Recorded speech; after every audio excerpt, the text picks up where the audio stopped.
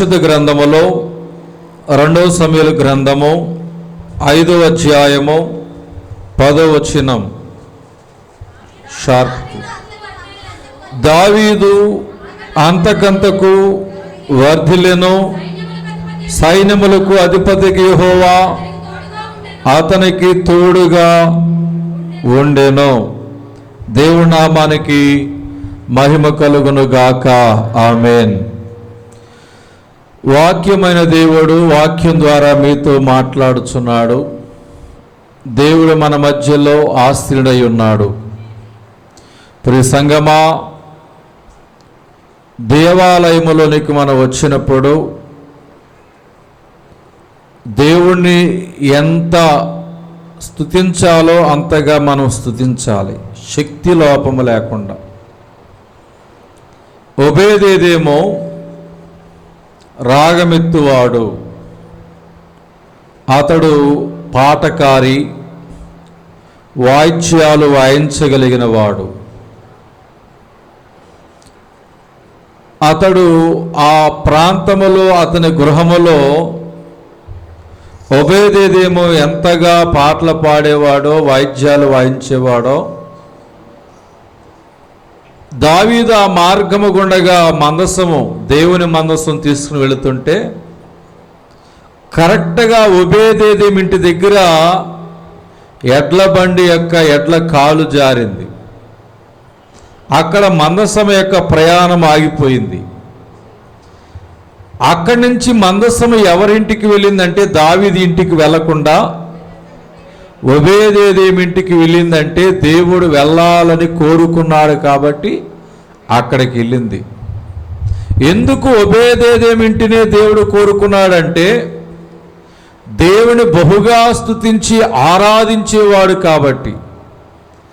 పాటలు పాడేవాడు ఇంటిలో, రాగమెత్తేవాడు, ఘనపరిచేవాడు, గృహములో ఎన్ని రకాలుగా దేవుని వాద్యాలతో స్తుతించగలిగేవాడో ఆయనకు వచ్చినట్లుగా స్తుతించేవాడు. అలా ఏ కుటుంబాలైతే ఉంటాయో దేవుని యొక్క మందసం ఒబేదేదేము ఇంటికి వచ్చినట్లుగా దేవుని యొక్క ఆశీర్వాదం మన ఇంటికి వస్తుంది. 3 నెలలు ఒబేదేదేము ఇంట్లో ఉండి ఒబేదేదేము కలిగిన వాటిని అన్నిటినీ దేవుడు ఏం చేశాడంట? ఆశీర్వదించాడు. కాబట్టి మనం కొట్టే చప్పట్లకి పచ్చికొండలు కూడా బద్దలవేమో అనిపిస్తుంది నాకు. దేవాలయములో మనము స్తుతించే స్తుతికి అప్పుడే కుమ్మరి చేసిన పచ్చికొండ మీద చేయబెట్టేట్లు అన్నట్టు ఆ కొండ కూడా పగలట్లేదు అంటే మన చప్పట్లు అలాగున్నట్లు. కాబట్టి దేవుని స్తుతించే విషయంలో శక్తి లోపము లేకుండా మనం ఏం చేయాలంటే స్తుతించాలి. కాబట్టి ఆర్టిఫిషియల్ బొమ్మలు అంటారు, తెలుసో లేదో, అద్దాల బొమ్మలో పెట్టినట్లుగా ఉంటాయి. అట్లాగే మనం అద్దాల బొమ్మల్లో వలె కాకుండా జీవము కలిగిన దేవుని బిడ్డల వలె సత్యముతోనూ దేవుణ్ణి ఆరాధించాలి, ఆత్మతోనూ దేవుడిని ఆరాధించాలి, ఆత్మతోనూ సత్యముతోనూ దేవుడిని ఆరాధించాలి. వేషముతో దేవుడిని ఆరాధించకూడదు, మనుషుల మెప్పు కొరకు దేవుడిని ఆరాధించకూడదు. సత్యముతో దేవుని ఆరాధించాలి, ఆత్మతో దేవుని ఆరాధించాలి. మనుషుల మెప్పు కొరకు కాదు మనం భక్తి చేసేది, దేవుని కొరకు, మన కొరకు ప్రార్థన, భక్తి, ఆరాధన చేస్తున్నాం. కాబట్టి ఒకరి సంగతి మనకు అనవసరం, మనము స్తుతి ఎలా చేస్తున్నాం. నా వెనకమాల వాడు స్తుతిస్తున్నాడా, నా పక్కన వాడు స్తుతిస్తున్నాడా, నా ముందుట వాడు స్తుతిస్తున్నాడా, మీరు నన్నే అంటున్నారు అనుకోవచ్చు. అలా కాదు, ఒకరి సంగతి మనకు అనవసరం, మనం ఎలా ఉన్నాం. కాబట్టి నా ఆశ ఏమిటంటే రాగము అందరిది ఒకేలాగా ఉండాలి, తాళము ఒకేలాగా ఉండాలి, చప్పట్లు కూడా ఒకే రీతిగా కట్టాలి. అలా ఏకభావము, ఏకతాత్పర్యము కలిగి ప్రయాణం చేసేవారుగా ఉండాలి. 2 సమూయేలు గ్రంథం 5వ అధ్యాయం 10వ వచనములో దావీదు భక్తుని యొక్క జీవితాన్ని మనం చూస్తున్నాం. బైబిల్ గ్రంథములో చాలామంది భక్తుల జీవితాలు విన్నాం. ఎప్పుడు చెప్పిన వారి గురించే కదా అన్నట్లుగా ఉంటుంది, కానీ దావీదు గురించి ఎప్పుడు చెప్పినా కానీ క్రొత్తగానే వినపడుతుంది. ఎందుకంటే ఆయన జీవితం అనేకమైన యుద్ధాల గుండగా వెళ్ళింది. ఆయన యొక్క జీవితము పోరాటాల గుండగా, అనేకమైన సమస్యల గుండగా, చెప్పలేనన్ని బాధల్లో ఆయన జీవితము కొనసాగించబడింది. ఆయన జీవితం మన జీవితాలకు ఏదో ఒక విషయంలో టచ్ అవుతుంది. ఆయన అనుభవించిన బాధలలో మన బాధలు చాలా తక్కువ. ఆయన చేసిన పోరాటాలలో మన పోరాటము చాలా తక్కువ. ఆయన అనుభవించిన అవమానాలలో మన అవమానాలు చాలా తక్కువ. అంతగా అవమానాలు పొందాడు. ఈ దావీదు జీవితాన్ని దేవుడు మన ఎదుట ఉంచాడు. దావీదుని దేవుడు అంతకంతకి, దేవుడు మిమ్మల్ని ఈరోజు ఏం చేయబోతున్నాడు మీ నోటితో చెప్పాలి అందరూ. దేవుడు మీ బిడ్డలని, మీరు ఎత్తకపోతే రాళ్ళు ఏం చేస్తాయంట, వాగ్దానములు స్వతంత్రించుకోవాలి. నేను విశ్వసించి తిని గనక నేను మాటలాడి తిని అన్నాడు. మీరు మాట్లాడరు కాబట్టి మీ జీవితాల్లో కార్యాలు జరగవు. మాట్లాడిన వారి జీవితాల్లోనే దేవుడు కార్యాలు జరిగిస్తాడు. 12 ఏళ్ళ రక్తస్రావ గల స్త్రీ రోగంతో ఉంది. నేను వెళ్ళి ఆయన వస్త్రపు చెంగు ముట్టుకుంటే చాలు, నేను బాగుపడతాను అని మాట్లాడింది. తర్వాత వెళ్ళి ముట్టుకుంది, బాగుపడింది. ముందు నీకు ఆశ ఉంటే విశ్వసించి మాట్లాడతావు. నీ ఆశ గల ప్రాణాన్ని దేవుడు అప్పుడు తీరుస్తాడు. ఆమెను చెప్తా. నువ్వేం చేయాలి? విశ్వసించి మాట్లాడాలి. దేవుడు ఈరోజు నిన్నేం చేయబోతున్నాడు? అంతకంతకు నీ బిడ్డలు ఏం చేయబోతున్నాడు? అంతకంతకు నీ వ్యాపారం ఏం చేయబోతున్నాడు? నీ వ్యవసాయం ఏం చేయబోతున్నాడు? నీ బిడ్డల ఉద్యోగాన్ని ఏం చేయబోతున్నాడు? నీ కుటుంబాన్ని ఏం చేయబోతున్నాడు? మన సంఘమును దేవుడు ఏం చేయబోతున్నాడు? వచ్చిన మిమ్మల్ని అందరూ దేవుడు ఏం చేయబోతున్నాడు? అంతకంతకు వర్ధిల్లింప చేయబోతున్నాడు. నమ్మిన వారు మాత్రమే 3 సార్లు ఆమేన్ చెప్పండి. దేవుడి నామానికి మహిమ కలుగును గాక. దావీదు జీవితాన్ని అంతకంతకు వర్ధిల్లింపజేశాడు. ఆయన జీవితం మొదటిలో ఎలా ఉంది? ఆయన జీవితం మొదట్లో ఎలా ఉందంటే, ఆయన జీవితం గుర్తింపు లేనిదిగా ఉంది. ఆయన జీవితం సామర్థ్యము లేనిదిగా ఉన్నది. ఆయన జీవితం గొర్రెలు కాచుకుంటూ జీవించేదిగా ఉంది. అరణ్యములో నివాసము చేసేదిగా ఉన్నది. ఎన్నిక లేనిదిగా ఉన్నది. అడవులలో జంతువులతో నివాసము చేస్తూ జీవిస్తున్న జీవితం. ఆయన జీవితం తల్లిదండ్రుల చేత విడనాడబడిన జీవితం. అంతగా ఆయన జీవితం ఉన్నది. అటువంటి చిన్న గొర్రెల మంద కాపరిని దేవుడు ఏం చేశాడంటే అంతకంతకు వర్ధిల్లింపజేశాడు. ఆయన జీవితం అంతటి స్థితిలో ఉంటే ఆయన జీవితాన్ని అంతకంతకి వర్ధిల్లింపజేశాడు. ఆయనకి ఇల్లు లేదు, నివాసయోగ్యమైన స్థలం లేదు, సౌఖ్యము లేదు. ఎండలో, వానలు, చలిలో, అడవులలో మృగాల మధ్య నివాసం చేసేవాడు. గొర్రెలు కాచుకుంటూ దిక్కులేని వాడి వలె అరణ్యములో పడి ఉన్నాడు. వేలకు సరైన ఆహారము దొరికేది కాదు. సంరక్షణ లేదు, పట్టించుకునేవారు లేరు.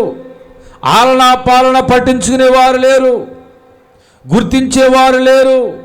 ఎన్నిక లేని వాడిగా ఉన్నాడు దావీదు.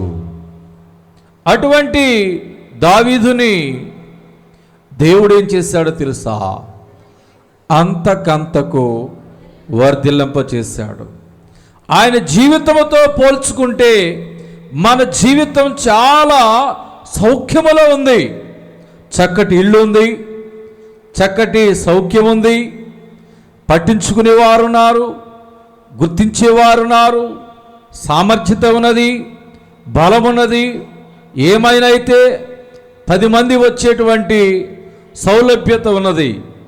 కానీ దావీదు అరణ్యములో ఏమైపోయినా కానీ పట్టించుకోని పరిస్థితి. అటువంటి పరిస్థితిలో దావీదు ఉన్నాడు.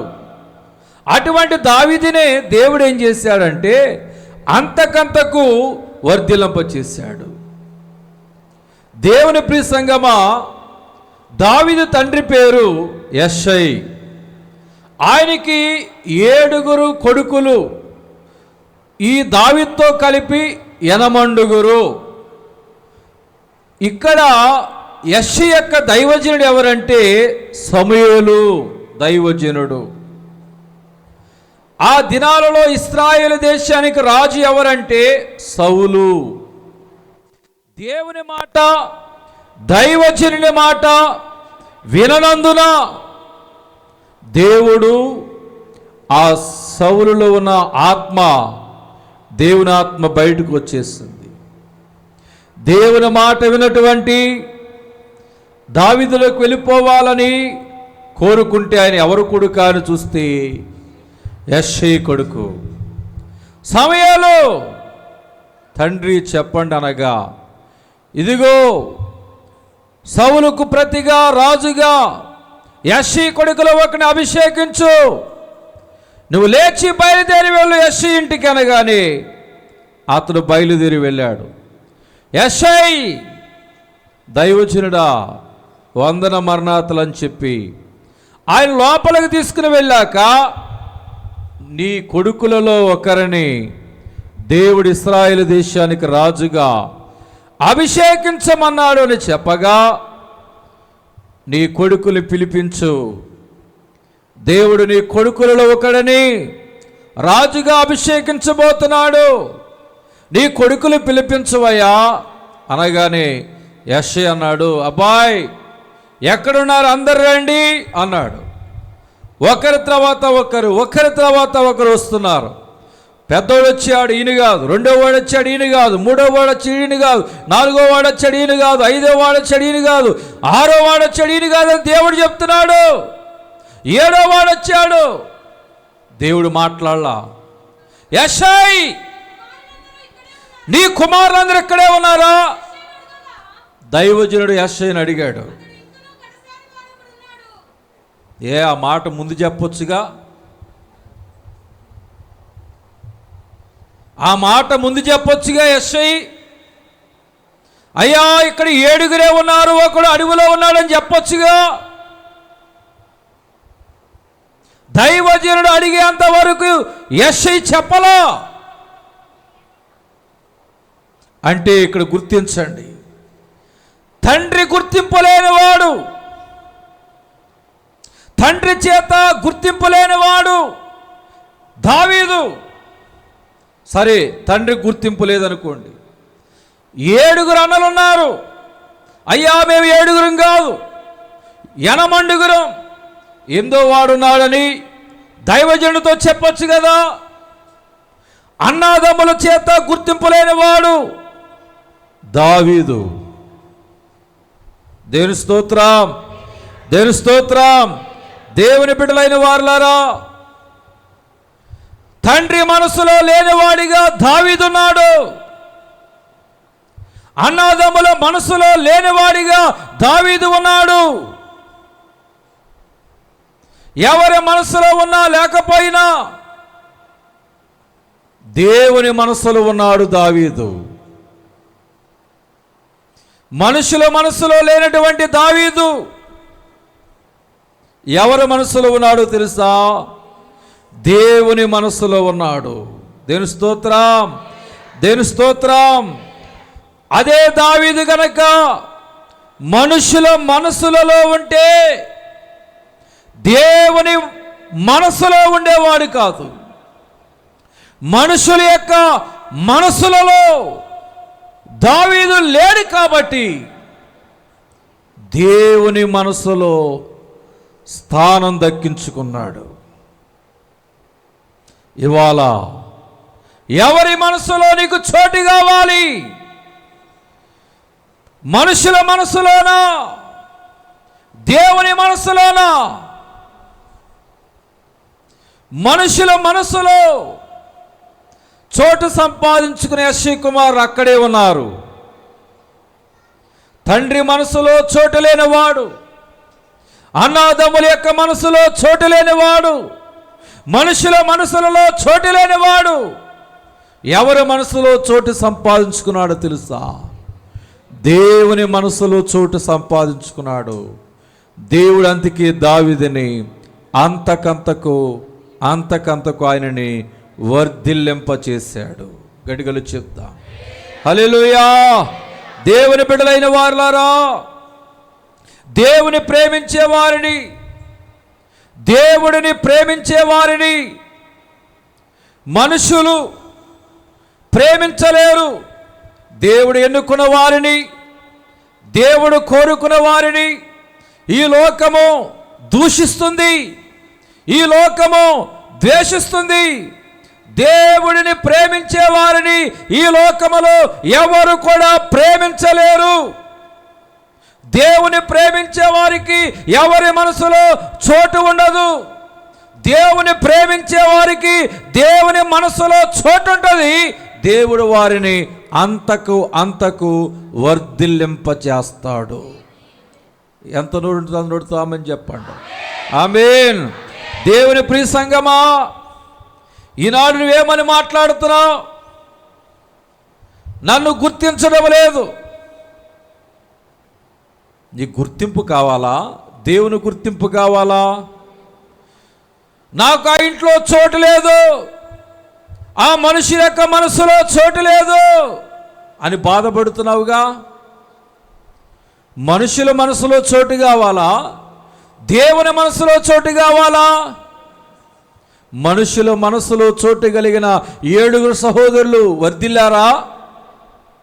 మనుషుల మనసులో చోటు లేనటువంటి దావీదు వర్ధిల్లాడు. దేవుని మనసులో చోటు కలిగిన వాడు కాబట్టి. నీ కుటుంబం ఈరోజు ఒంటరిది, నీ జీవితము ఒంటరిది. నీతో ఎవరు మాట్లాడేవారు లేకపోవచ్చు, ఫోన్ చేసి పలకరించేవారు లేకపోవచ్చు, నేను గుర్తించేవారు లేకపోవచ్చు. అందరూ ఒకటై నేను ఒంటరి చేయొచ్చు,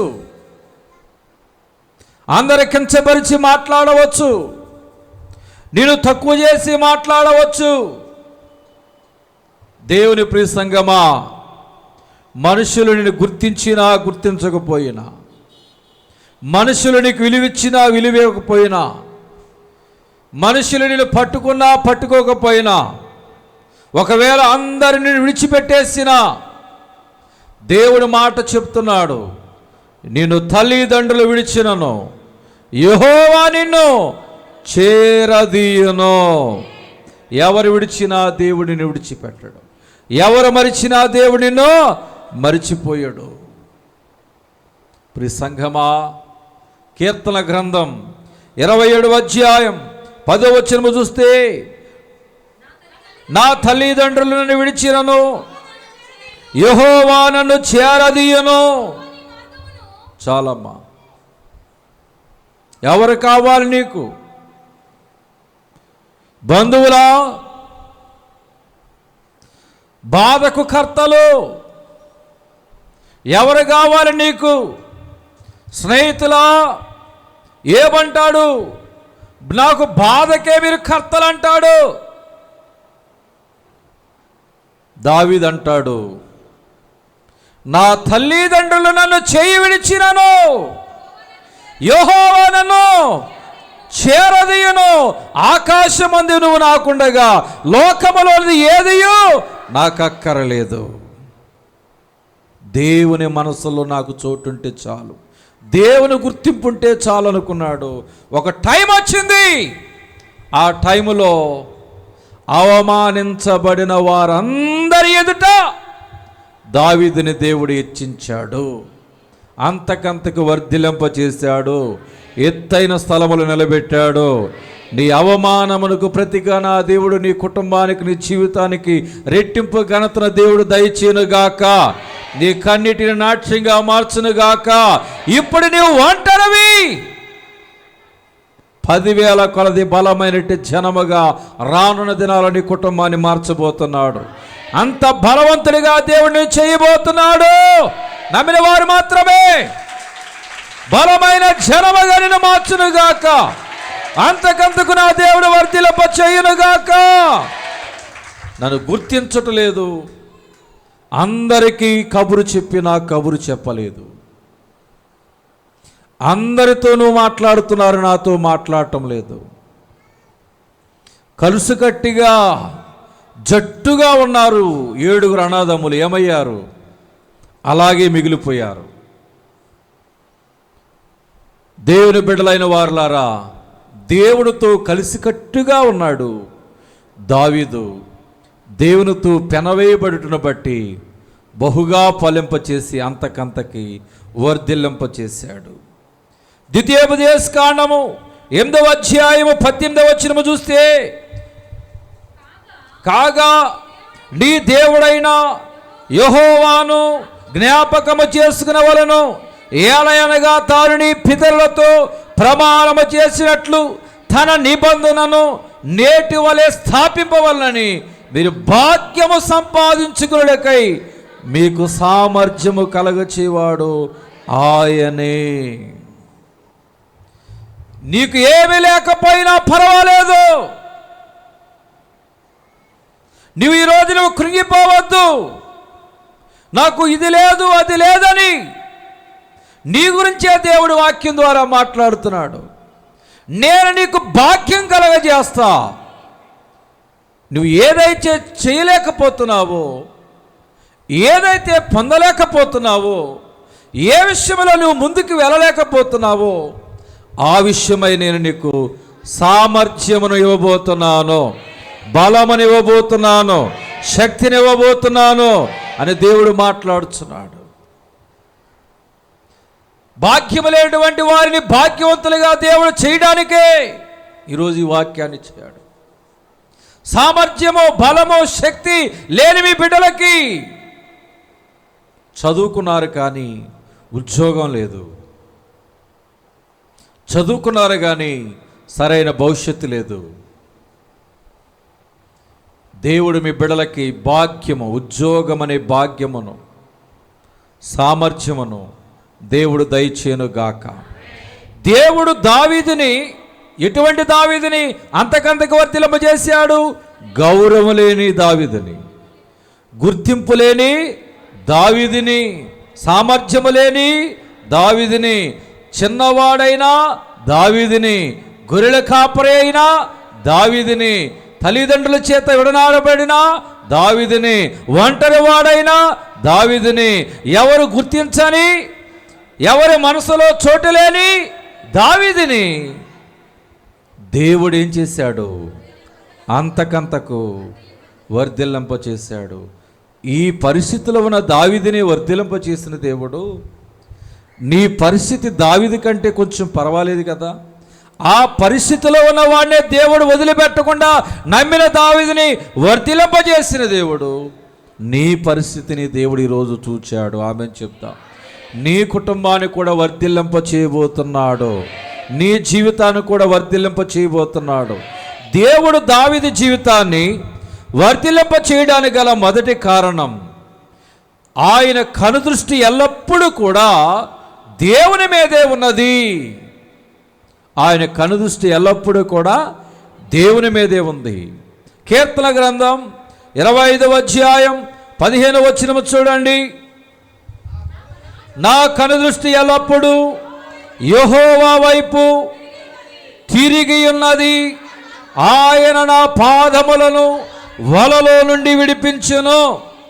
దేవుని బిడ్డలైన వారులారా, దేవుడు దావీదు జీవితాన్ని అంతకంతకి వర్ధిల్లింపజేశాడు. ఎందుకని? ఆయనలో ఏం చూశాడు దేవుడు? దానియేలుని బహుగా వర్ధిల్లింపజేశాడు. ఆయనలో ఏం చూశాడు? అనుదినము ముమ్మారు ప్రార్థన చేసెను. అనుదినము కూడా దేవునితో సహవాసము చేసేవాడు. అనుదినము కూడా దేవునితో కూడుకుని ఉండేవాడు. కాబట్టి దానియేలు జీవితాన్ని వర్ధిల్లింపచేశాడు. సంవత్సరానికి 52 ఆదివారాలు దేవునితో కూడుకోవడానికే నీకు టైం లేకపోతే దేవుడు ఎలా వర్ధిల్లింపచేస్తాడు? దావీదులో దేవుడు ఏం చూశాడు?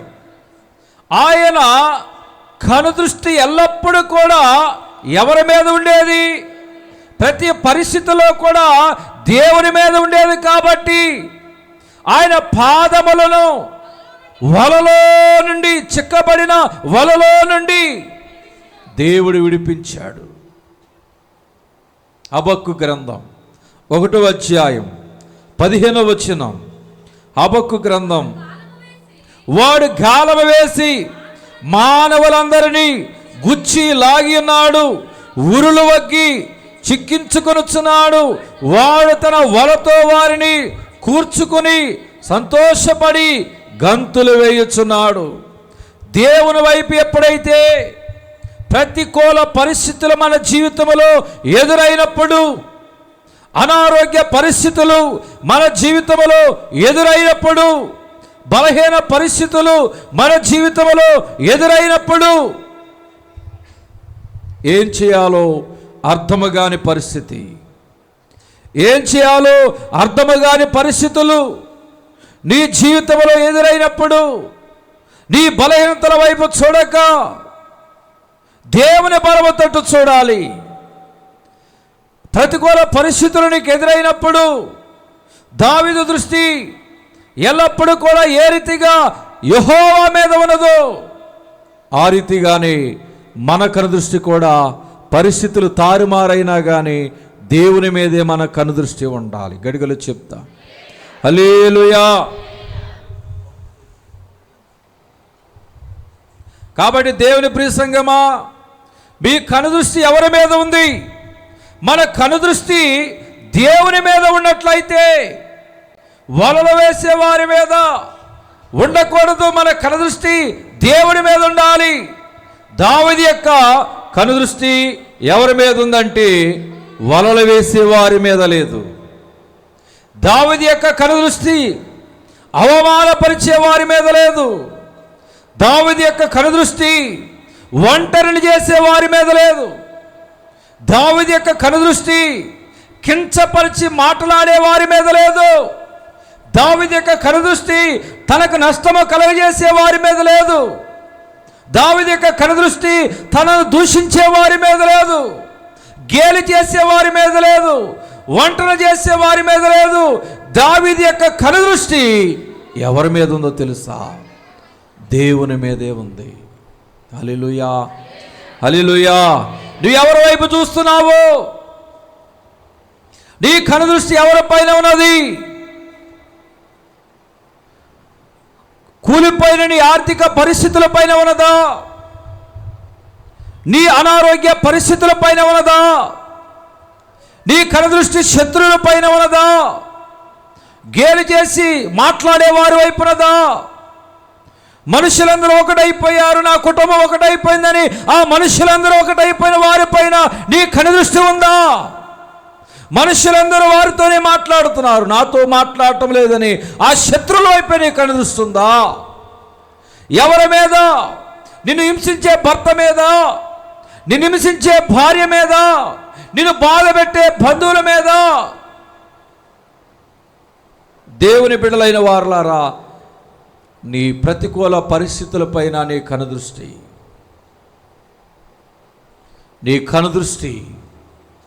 విడిపించే దేవుని వైపు ఉంటే, నీ కనుదృష్టి నిన్ను కాపాడే దేవుడి మీద ఉంటే, నీ కనుదృష్టి నీ దుఃఖమునకు ప్రతిగా దేవుడు రెట్టింపు ఘనతను సంతోషమునిచ్చే దేవుని వైపు నీ కనుదృష్టి ఉండగలిగితే నీ కుటుంబం ఎలా ఉంటుందో తెలుసా?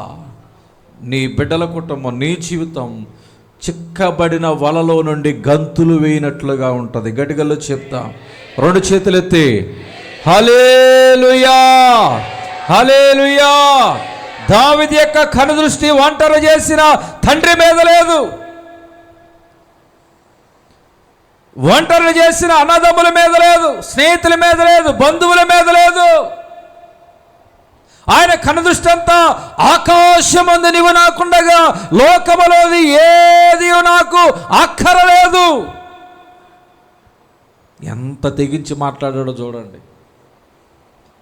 దేవుడు శాశ్వతం, మనుషులు అశాశ్వతం.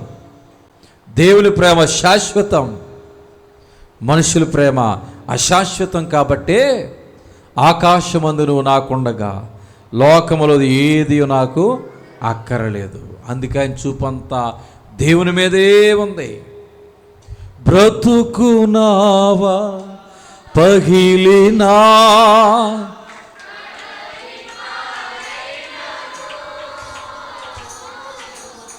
అలలు ముంచి వేసిన ఆశలు బలముగా బ్రతుకునావా పగిలినా కడలి పాలైనాను అలలు ముంచి వేసిన ఆశలు అనగారి గొంతెత్తి బలముగా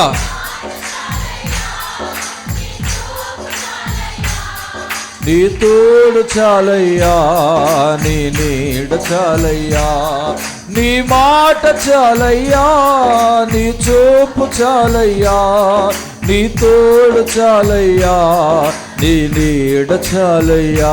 అందరూ పాడుదాం.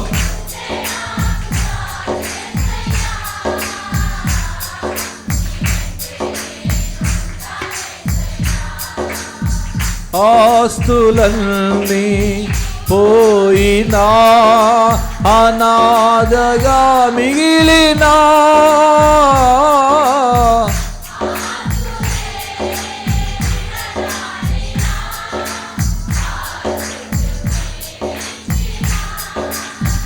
ఆస్తులన్నీ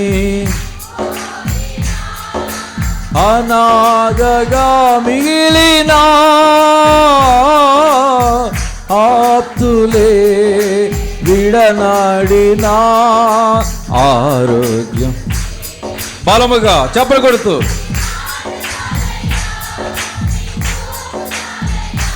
పాడాలి.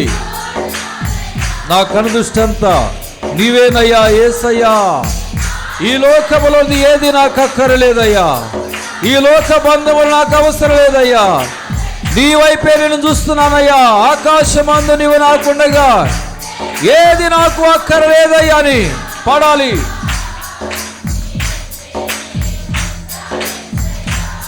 నీవుంటే నాకు చాలు యేసయ్యా, నీ వెంటే నేను ఉంటాను యేసయ్యా. హల్లెలూయా. ఆదివారం 500 రూపాయల పని ఉంటే చాలయ్యా, ఆదివారం నాడు పెళ్లి భోజనాలు ఉంటే చాలయ్యా, ఆదివారం నాడు విందు భోజనాలు ఉంటే చాలయ్యా. నాకు దేవుని సన్నిధి ఉన్నా లేకపోయినా అయ్యా, నాకు వ్యాపారం ఉంటే చాలు, నాకు ఉద్యోగం ఉంటే చాలు, నాకు పని ఉంటే చాలు. ఆదివారం నేను పాడిన పాట అంతా అబద్ధమేమో అనుకుంటున్నాను. మీరు పాడిన పాట అంతా అబద్ధమా నిజమా? నిజము. నిజమేనా? ఇంకా సందేహమేనా? నిజమా అబద్ధమా? నాకు 1000 రూపాయల పని ఉంటే చాలు, ఆదివారం వెళ్ళిపోతా చాలు, నాకు 1000 రూపాయలు సన్నిధి అవసరంలా. దావీదు అంటాడు, నా కనుదృష్టి యెహోవా మీద ఉన్నది. ప్రతికూల పరిస్థితులు ఎన్ని వచ్చినా నా కనుదృష్టి యెహోవా మీద ఉంది. నిజమా అబద్ధమా? మీరు పాడిన పాట చెప్పాలి. సందేహమా? మరి వినపట్లా? నిజమైన వారు గట్టిగా చెప్పండి హల్లెలూయా. నువ్వు నిజం పలికితే దేవుడు ఖచ్చితంగా నీ కుటుంబాన్ని ఈ రోజు నుంచి వర్ధిల్లింప చేయటం మొదలు పెడతాడు. ప్రతికూల పరిస్థితులు ఏది ఎదురైనా కానీ నువ్వు లోకం వైపు చూడక దేవుని వైపు చూడగలిగితే ఈ రోజు నుంచి నీ తలరాతను మార్చివేయటం మొదలు పెడతాడు. హెబ్రీ పత్రిక 12వ అధ్యాయం 1వ వచనం చూడండి. హెబ్రీ పత్రిక 12వ అధ్యాయం. ఇంత గొప్ప సాక్షి సమూహము మేఘము వలె నన్ను ఆవరించినది. మనము కూడా సులువుగా చిక్కులబెట్టు పాపమును విడిచిపెట్టి విశ్వాసమునకు కర్త అయిన దానిని కొనసాగించువాడైనా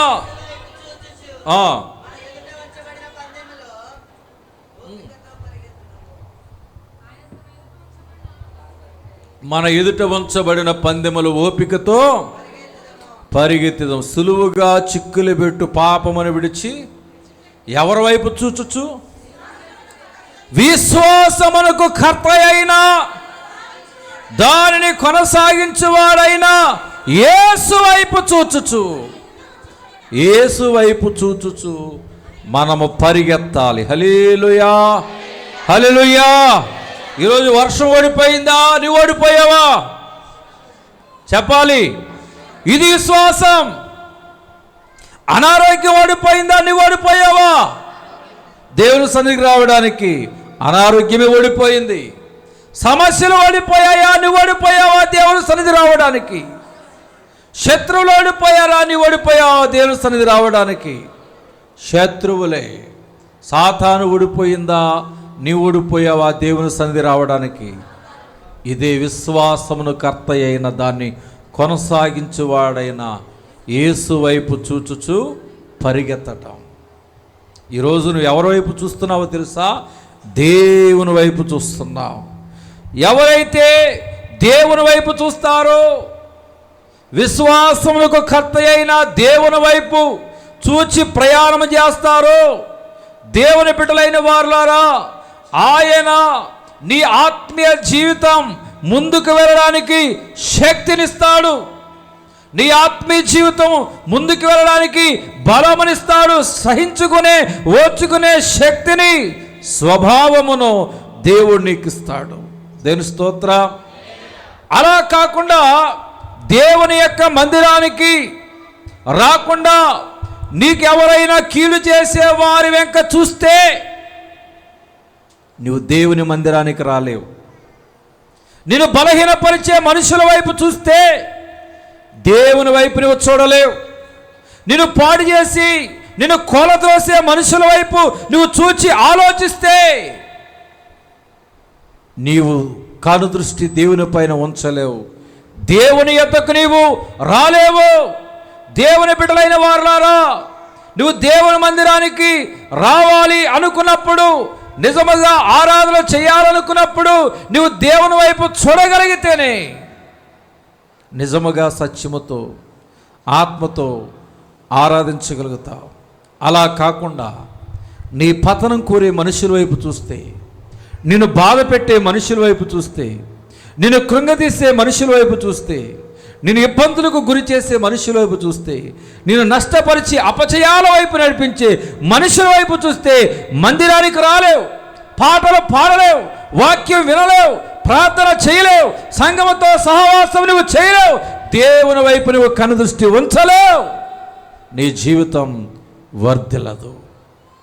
ఎప్పుడైతే దేవుని వైపు నువ్వు కనుదృష్టి ఉంచుతావో, పతనమైపోయే పరిస్థితులు ఉన్నా కానీ ఆ దేవుడు నిన్ను లేవనెత్తి నిన్ను వర్ధిల్లింప చేస్తాడు.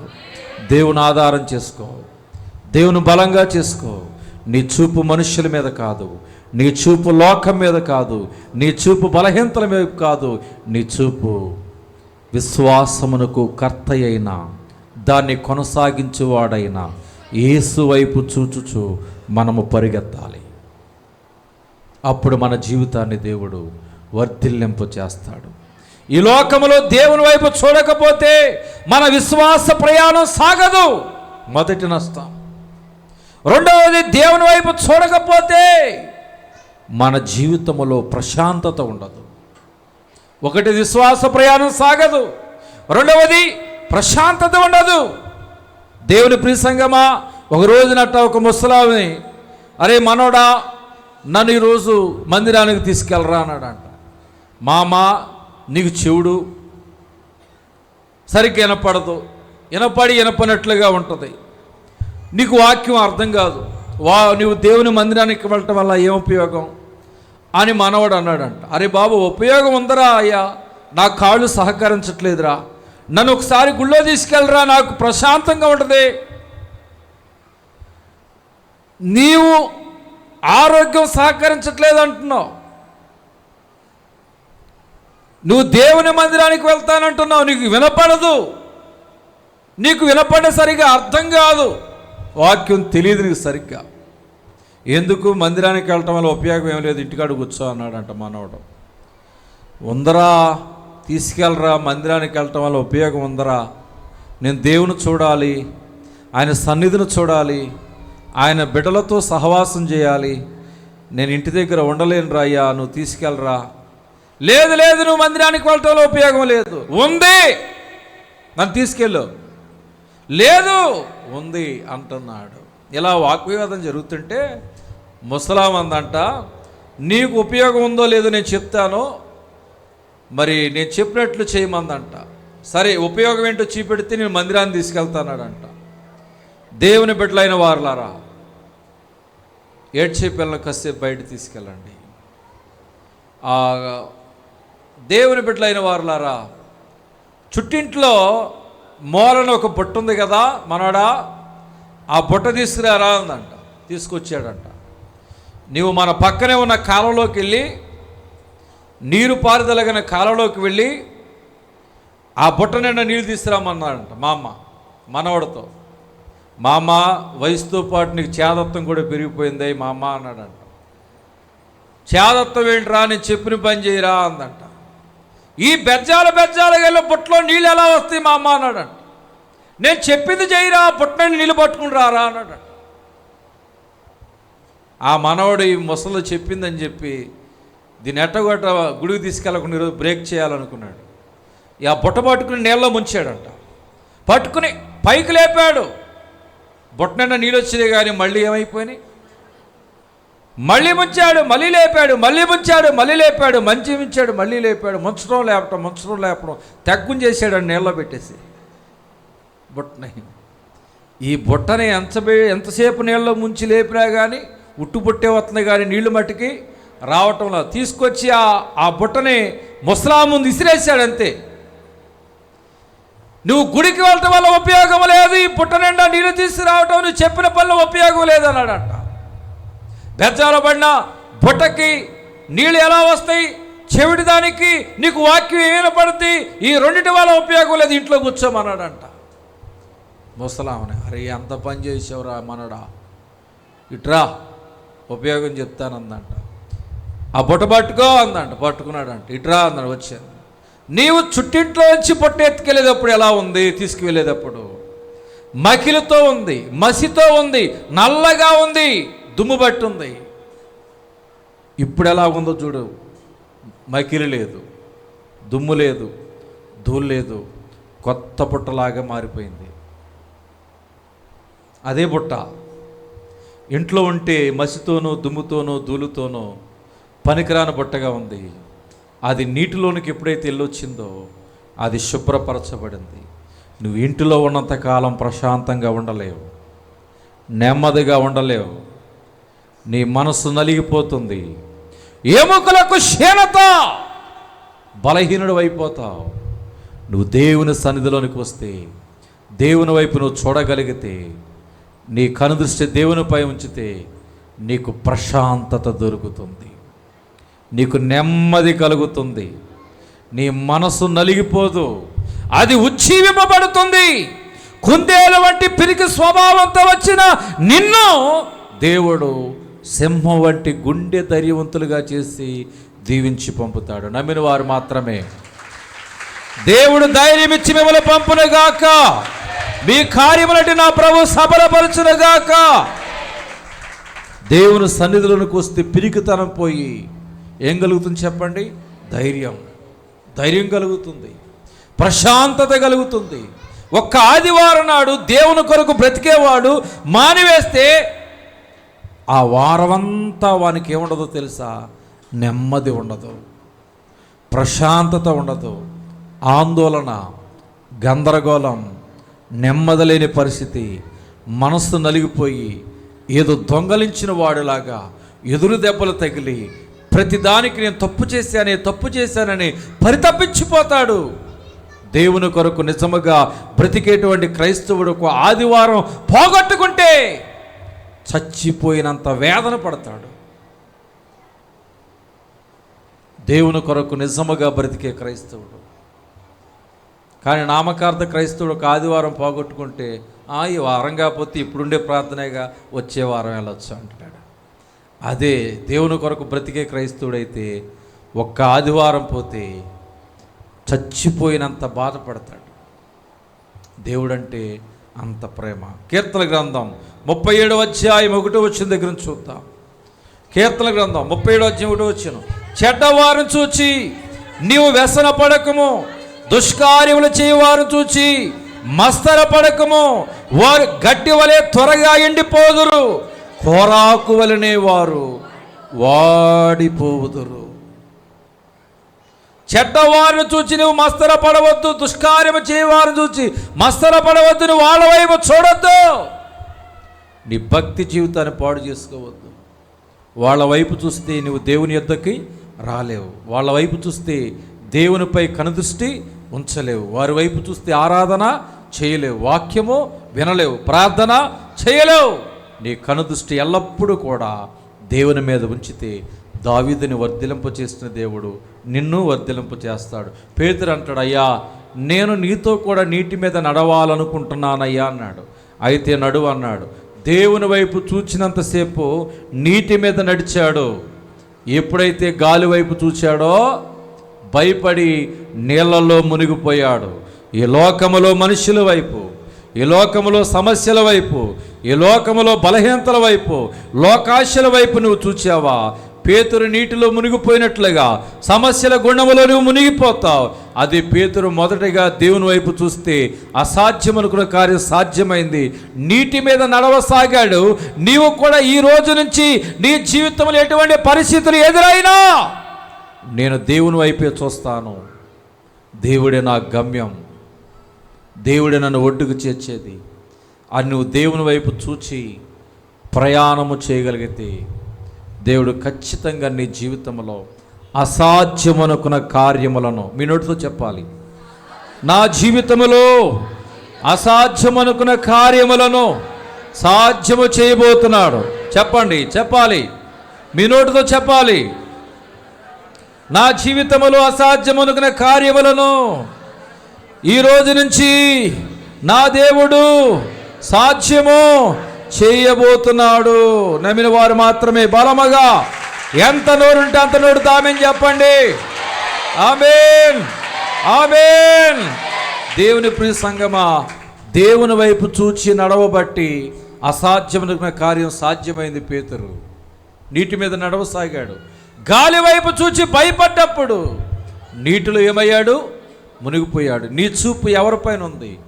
దావీదు చూపు, దావీదు యొక్క కనుదృష్టి దేవుని పైన ఉంది. నీ కనుదృష్టి నిన్ను బాధ పెట్టే వారిపైన ఉంది.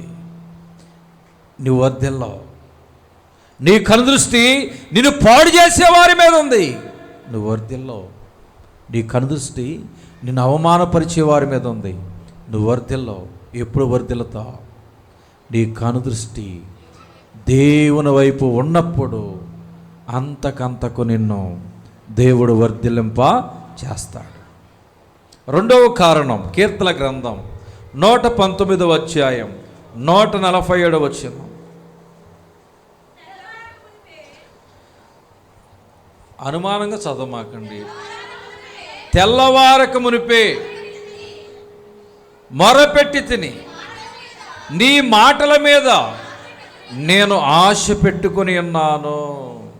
తెల్లవారక మునిపే మొరపెట్టి తిని నీ మాటల మీద నేను ఆశ పెట్టుకుని ఉన్నాను.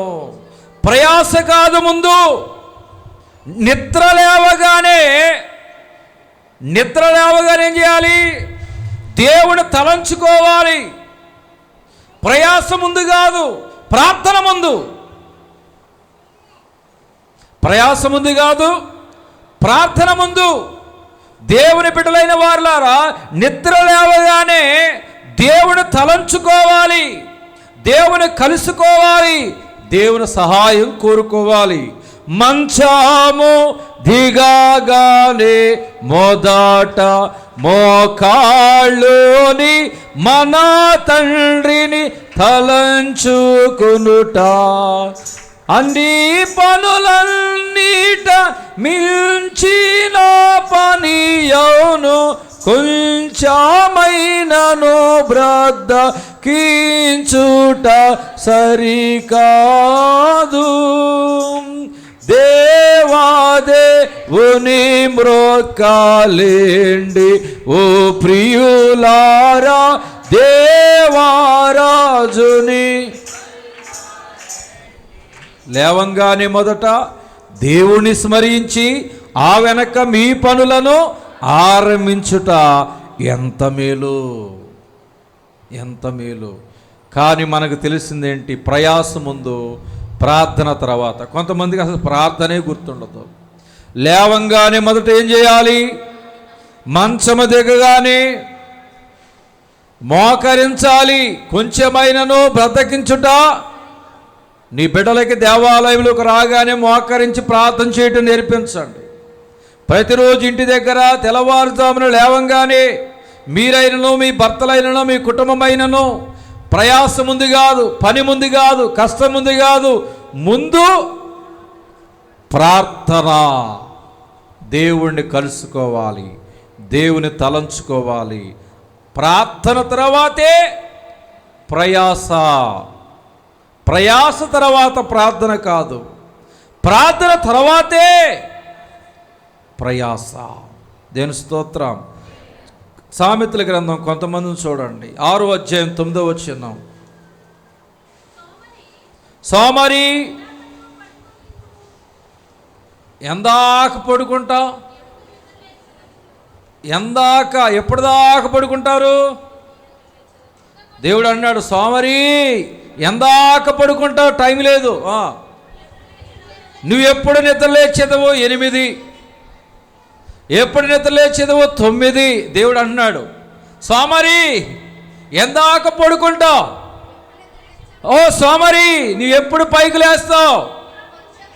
కొంచెము నిద్రించేదము, కొంచెము కునికెదరని, కొంచెము సేపు చేతులు ముడుచుకుని పరుండెదరని నువ్వు అనుచుందువు. అందుచేత దోపిడీగాడు వచ్చినట్లు దారిద్ర్యము నీ యొద్దకు వచ్చును, ఆయుధదారుడు వచ్చినట్లు లేమి నీ యొద్దకు వచ్చును. హల్లెలూయా. దేవుని బిడ్డలైన వారులారా, దరిద్రుడి కంట ఆకలి ఎక్కువ అంట, సోమరిపోతుకి నిద్ర ఎక్కువ అంట.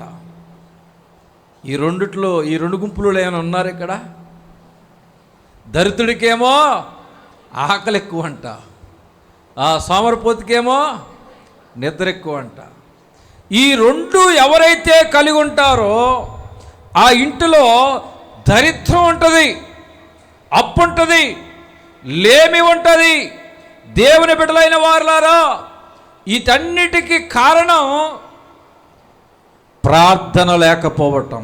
ఉదయకాలమున లేవంగానే ప్రార్థన లేకపోవటం. ప్రార్థన లేదు అంటే సోమరితనము నీలో ఉంది. నీ దరిద్రానికి, నీ అప్పుకి, నీ లేమికి కారణం ఉదయకాలము లేవగానే ప్రార్థన లేకపోవటం. పరిశుద్ధ గ్రంథములో కీర్తన గ్రంథం 5వ అధ్యాయం 3వ వచనం. కీర్తన గ్రంథము, యెహోవా ఉదయమున నా కంఠస్వరము నీకు వినబడును, ఉదయమున నా ప్రార్థన నీ సన్నిధిని సిద్ధము చేసి కాచుకొని ఎందును. యెహోవా ఉదయమున నా కంఠస్వరము నీకు వినబడును అంటున్నాడు. ఉదయమున నా ప్రార్థన నీ సన్నిధిని సిద్ధము చేసి కాచుకొని ఎందును. ఎంతమంది ఉదయకాలమున లేవంగానే ప్రార్థన చేస్తున్నారండి? తెల్లవారుజాము లాగానే మంచము దిగగానే మొదట మోకరించి ఏం చేయాలి? మంచము దిగగానే మొదట మన తండ్రిని తలంచుకొనుట, అన్ని పనులన్నిటిని కొంచెమైనను బద్దకించుట సరికాదు. నువ్వు మోకరించి మోకాల మీద నిలబడి ప్రార్థన చేయలేకపోతున్నావంటే జీవితంలో నువ్వు నిలబడలేవు.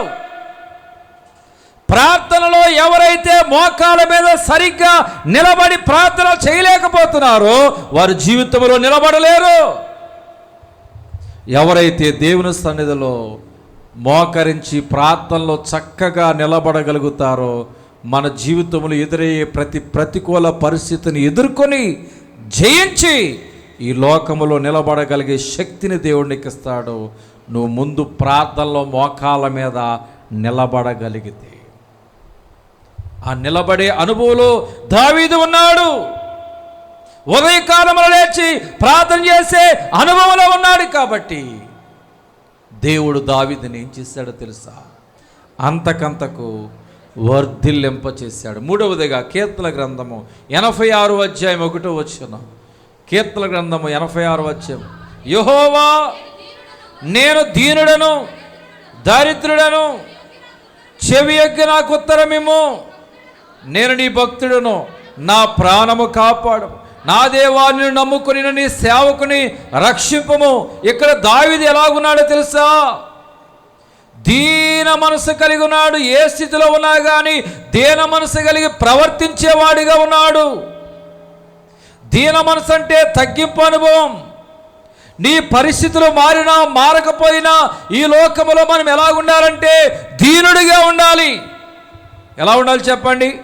దీనుడిగా ఉండాలి. దేనిని గురించి మనం చింతపడకూడదు.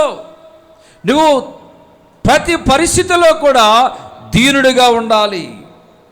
దేవుని ప్రియ సంఘమా, మన జీవితంలో ఎదురైన గతకాలంలో ఎదురైన ప్రతికూల పరిస్థితులు జ్ఞాపకం చేసుకో. ఇప్పుడు నువ్వేదో అభివృద్ధి చెందావని నువ్వు అనుకుంటున్నావు. ఏ స్థితిలో అయినాను కానీ దావీదు ఎలా ఉన్నాడంటే దీన మనసు కలిగి ఉన్నాడు. ఈనాడు నేను ఎలా ఉన్నా? మొదటిలో దీనత్వంగా ఉంటున్నాం, ఎదిగాక అహంకారంగా ఉంటున్నాం. దావీదు ప్రతి పరిస్థితిలో కూడా దీన మనసు కలిగి ఉన్నాడు. ఈరోజు నువ్వు ఉద్యోగం రాకమునుపు ఒకలాగా ఉన్నావు, ఉద్యోగం వచ్చాక ఒకలాగా ఉన్నావు. ఇల్లు కట్టకమునుకు ఒకలాగా ఉన్నావు, ఇల్లు కట్టాక ఒకలాగా ఉన్నావు. అప్పులు తీరకమునుపు ఒకలాగా ఉన్నావు, అప్పులు తీరాక ఒకలాగా ఉన్నావు. బిడ్డలు కలగమునుపు ఒకలాగా ఉన్నావు, బిడ్డలు కలిగాక ఒకలాగా ఉన్నావు. సిరి రాకమునుపు ఒకలాగా ఉన్నావు, సిరి వచ్చాక ఒకలాగా ఉన్నావు. కానీ దావీదు ఏ స్థితిలోనైనా దీన మనసు కలిగి ఉన్నాడు. అహంకారం ఎప్పుడు చూయించలా. యాకోబు పత్రిక 4వ అధ్యాయం 6వ వచనం.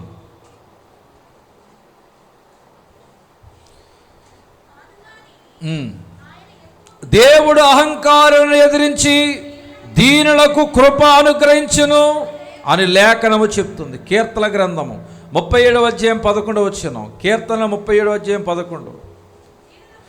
దీనులు భూమిని స్వతంత్రించుకొందురు, బహుక్షేమము కలిగి సుఖించెదరు. గట్టిగలు చెప్తా హల్లెలూయా. దీనులు బహుక్షేమము కలిగి సుఖించెదరు. నడిమంతర శిరొస్తేనంట, నడినెత్తికి ఏమొస్తాయంట? కళ్ళు వస్తాయంట, నరాల మీద పుళ్ళు పడతాయంట. కాబట్టి దావీదు ఏ పరిస్థితిలో ఉన్నా కానీ దీన మనసు కలిగి ఉన్నాడు. ఎవరైతే దీన మనసు కలిగి ఉంటారో వారు క్షేమము కలిగి సుఖించెదరు. క్షేమము కలిగి సుఖించెదరు. అహంకారులైన వారిని, గర్విష్ఠులైన వారిని యెహోవా పెరికివేయను. ఏ మనిషిలో అహంకారం, గర్వం, ఏ సంఘములో అహంకారం, గర్వం, నేను అనేది వస్తుందో అది పాడైపోతుంది, చల్లా చెదరైపోతుంది. అది కుటుంబమైన, సంఘమైన జీవితంలో నేను అనేది ఎప్పుడు రాకూడదు. దీన మనస్సు అనే కలిగి మనము జీవించగలిగితే బహుక్షేమము కలిగి ఉంటాం. మన కుటుంబాలు, మన జీవితాలు, మన సంఘాలు ఎలా ఉంటాయి అంటే క్షేమము కలిగి సుఖముగా ఉంటాయి. మీ కుటుంబాల దేవుడు క్షేమములోను సుఖములోను ఉంచునుగాక. మీ జీవితాలను క్షేమములోను సుఖములోను ఉంచునుగాక. దావీదు కుటుంబాన్ని దేవుడు వర్ధిలింప చేసినట్లుగా మన సంఘమును, మీ కుటుంబాన్ని, మిమ్మలను, మీ బిడ్డలని నా దేవుడు అంతకంతకు వర్ధిల్లింప చేయునుగాక. నమ్మిన వారు 3 సార్లు బలముగా ఆమేన్ చెప్పండి. చెప్పకూడదు. దేవుడు కొద్ది మాటలు దేవుడు దీవించునుగాక.